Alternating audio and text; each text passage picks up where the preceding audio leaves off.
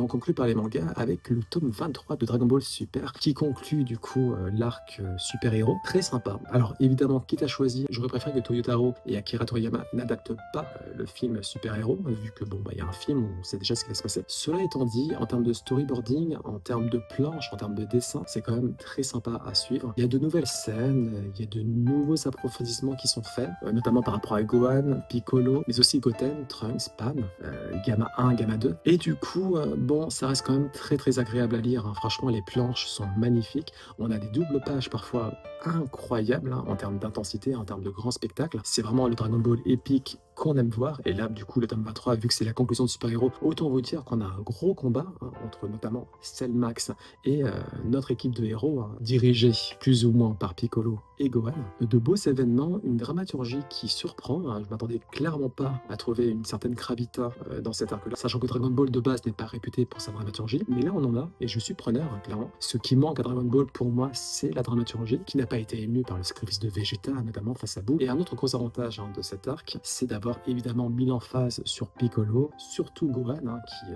a un beau power-up. Pan a également beaucoup de potentiel, et j'ai hâte de voir le tome 24, hein, qui va donc conclure pour de bon cet arc, et nous apporter quelques indices, peut-être, sur le futur de la série, sachant que malheureusement Akira Toriyama est décédé, mais Toyotaro a indiqué sa volonté de vouloir continuer l'œuvre du maître. En attendant, je vais vous parler des scans. On a eu un one-shot qui est sorti, une sorte de spin-off centré autour de Goten, Trunks et Gohan. Ça traite notamment des super-héros, mais façon Sentai. Je ne sais pas si vous vous rappelez de la phase de Gohan où il œuvrait à travers la ville en tant que Great Saiyaman, ou Great Saibaman, je ne sais plus. C'était une sorte de super-héros à la Power Rangers, assez ridicule en termes d'accoutrement, en termes de posture, mais très drôle. Et il se trouve que Goten et Trunks sont plutôt fans de ce genre de héros. Un très bon one-shot, on retrouve la légèreté, l'humour de Dragon Ball. Ça fait plaisir à voir, et moi j'ai vraiment la ferme conviction que Toyotaro est parvenu à reproduire la patte de Toriyama, tout en ajoutant évidemment sa personnalisation, sa patte à lui, son âme à lui. J'ai bon espoir que la suite de Dragon Ball a été placée entre les bonnes mains.